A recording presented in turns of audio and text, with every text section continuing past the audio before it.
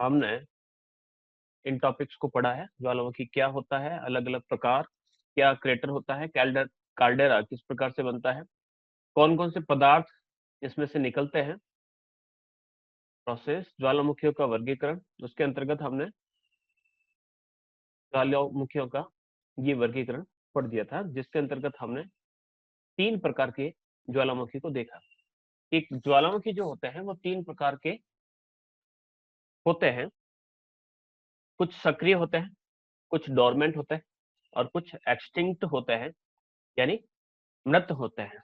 इन ज्वालामुखियों की ये तो प्रकार रहे, हमने उसकी अलग अलग विशेषताओं के आधार पर हमने ये वर्गीकरण किया। इसी प्रकार से मैंने कल कहा था कि आपको एक और वर्गीकरण मैं और बताऊंगा।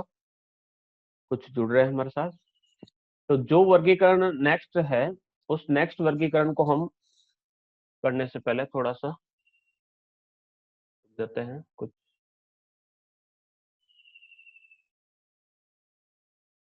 नए जुड़ रहे हैं, टेस्ट काफी जनों ने नहीं दिया आप में से। ज्वालामुखी जो कुछ समय तक शांत रहने के बाद वापस जग जाते हैं, उन्हें हम कहते हैं डोरमेंट या प्रेजेंटेड वोल्केनो। और ऐसे ज्वालामुखी जो शांत हो चुके हैं, भविष्य में इसके वापस पुनः जागृत होने की संभावना नहीं है, तो इस प्रकार के जो ज्वालामुखी होते हैं उन्हें हम कहते हैं एक्सटिंक्ट या फिर हम इसे कह सकते हैं मृत ज्वालामुखी। तो ये ज्वालामुखियों के अलग अलग प्रकार थे और इन अलग अलग प्रकारों के बारे में हमने पिछली क्लास के अंदर पढ़ा। और कुछ वर्गीकरण होते हैं, उसको हम पढ़ते हैं, स्टार्ट करते हैं। नेक्स्ट जो वर्गीकरण है, वो वर्गीकरण का जो आधार है वह है इस ज्वालामुखी के उद्गार का प्रकार। देखिए, नेक्स्ट स्लाइड पर चलते हैं। यहाँ तक कंप्लीट हो चुका था, जो नए आए हैं उनको बता देता हूँ। सक्रिय ज्वालामुखी वे ज्वालामुखी जिन पर समय समय से विस्फोट होता रहता है, उन्हें हम कहते हैं सक्रिय ज्वालामुखी, यानी लावा, गैस और वाष्प उनमें से लगातार निकलते रहते हैं। कुछ ऐसे ज्वालामुखी होते हैं जो काफी वर्षों तक शांत रहते हैं या सोए रहते हैं और उनके जागृत होने की संभावना नहीं रहती है, लेकिन अचानक से कभी वे जाग उठते हैं, यानी उसमें विस्फोट हो जाता है। इस प्रकार के जो ज्वालामुखी होते हैं, उन ज्वालामुखियों को हम कहते हैं डोरमेंट। कुछ ऐसे ज्वालामुखी होते हैं जो एक बार शांत होने के बाद उनमें से वापस वल्केनिज्म होने की प्रक्रिया पॉसिबल नहीं होती है, जैसे कि ईरान का कोह सुल्तान, वो मृत कहलाते हैं। ये आपके सामने एक डायग्राम है। इस डायग्राम के माध्यम से आप देख सकते हैं कि कैसे मैग्मा का जो फ्लो है वो नीचे से ऊपर की तरफ इस प्रकार से मूव होता है और किसी एक पाइप के माध्यम से वो इस प्रकार से यहाँ से इरप्ट हो जाता है। इसके इरप्शन के साथ कौन कौन से मैटर्स निकलते हैं, तो यहाँ से लावा निकलता है और यहाँ पर फ्लाई एश या ज्वालामुखी की जो धूल है वो निकलती है। इसके अलावा यहाँ से जल वाष्प भी निकलता है, तो ऐश के क्लाउड्स बनेंगे, यानी ऊपर आपको धुएं के बादल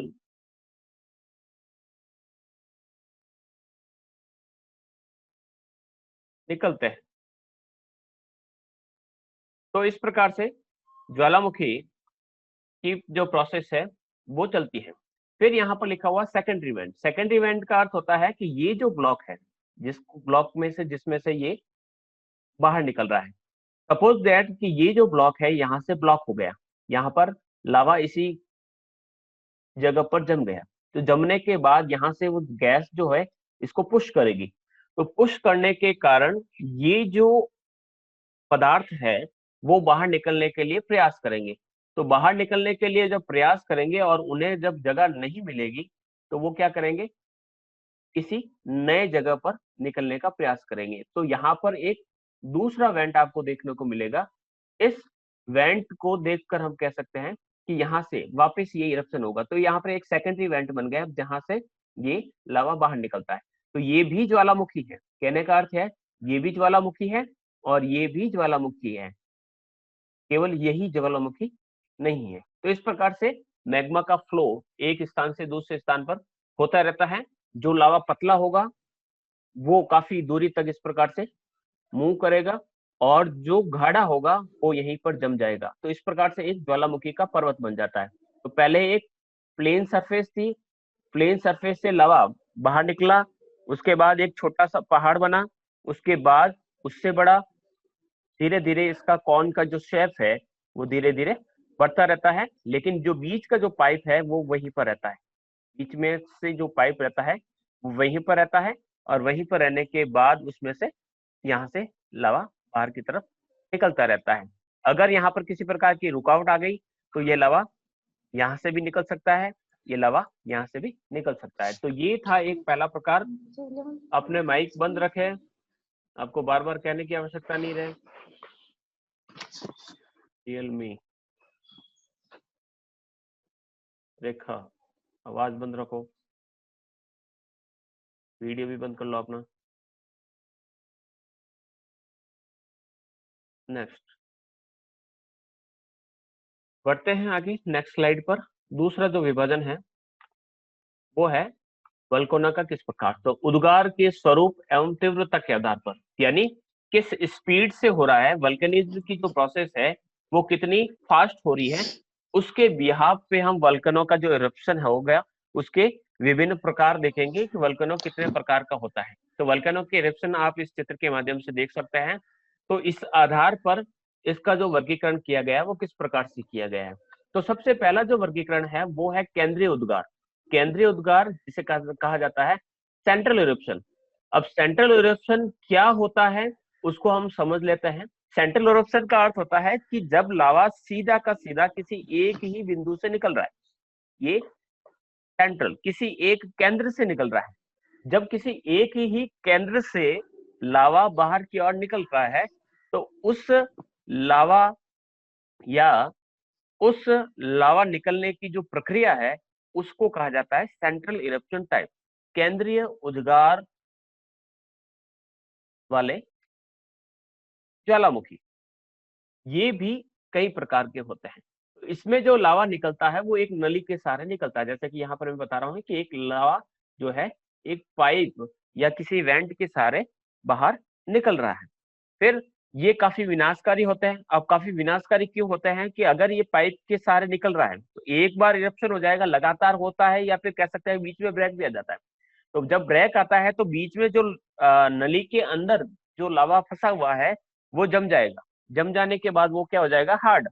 अब ये हार्ड जब हो जाएगा तो जब सेकेंडरी टाइम में जब लावा का इरप्शन होगा तो उस समय क्या होगा कि ये जो बीच का जो भाग है जो जम गया है, कॉक लग गई, जैसे ढक्कन लगा दिया, तो इस ढक्कन को तोड़कर लावा बाहर निकलने का प्रयास करेगा।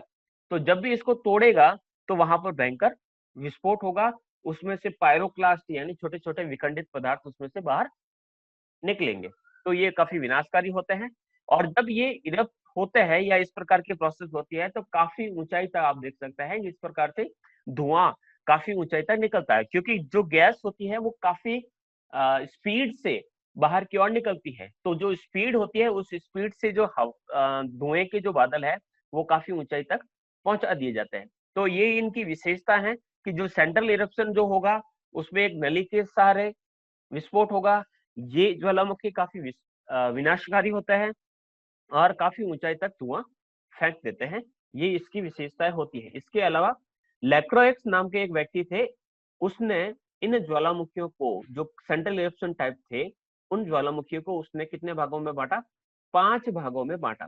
कई केंद्रीय उद्गार वाले ज्वालामुखी 5 प्रकार के होते हैं। तो ये जो 5 प्रकार के ज्वालामुखी होते हैं वो कौन कौन से होते हैं, तो उन्होंने नाम दिए।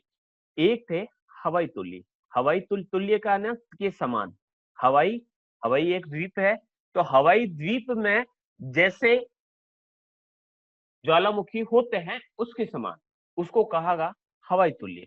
दूसरा स्ट्रोम्बोली तुल्य। स्ट्रोम्बोली भी एक स्थान है, तो स्ट्रोम्बोली के समान, वल्केनो के समान, पिलियन के समान और विसुवियस के समान। तो ये 5 प्रकार के ज्वालामुखी बताए हैं लैक्रोइक्स ने, जो केंद्रीय उद्गार वाले हैं, यानी जिसमें सभी में आपको इस प्रकार का एक पर्वत देखने को मिलेगा, जिसमें एक पाइप होगा, पाइप के ऊपर वाले हिस्से में यहाँ पर क्या होगा, एक क्रेटर होगा, क्रेटर यानी ज्वालामुखी का मुख। जब ये क्रेटर टूट जाएगा तो एक बड़ा मुख बन जाएगा जिसे कहा जाता है काल्डेरा। काल्डेरा में अगर पानी भर जाता है तो बन जाती है काल्डेरा झील। तो इस प्रकार से एक आपको स्ट्रक्चर देखने को मिलेगा। आगे हम बढ़ते हैं, हवाई तुल्य सबसे पहले। तो सबसे पहले हमने जैसे कि नाम लिया हवाई तुल्य या हवाईयन टाइप।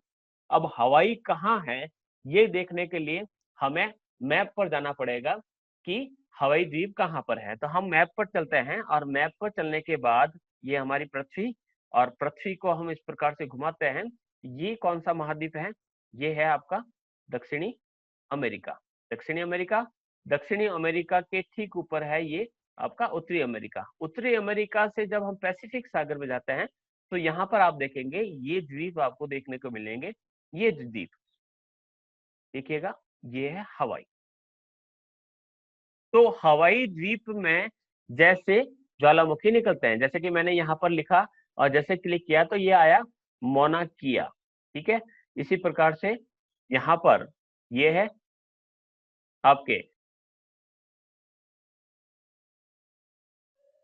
अलग अलग प्रकार से ये लावा बने हैं, लावा से ये द्वीप बने हैं। और द्वीप से आपने होनोलुलु का नाम सुना होगा, तो होनोलुलु आपके यहाँ पर है। तो ये हवाईयन द्वीप है।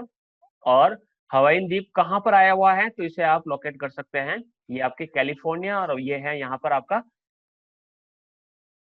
वॉशिंगटन।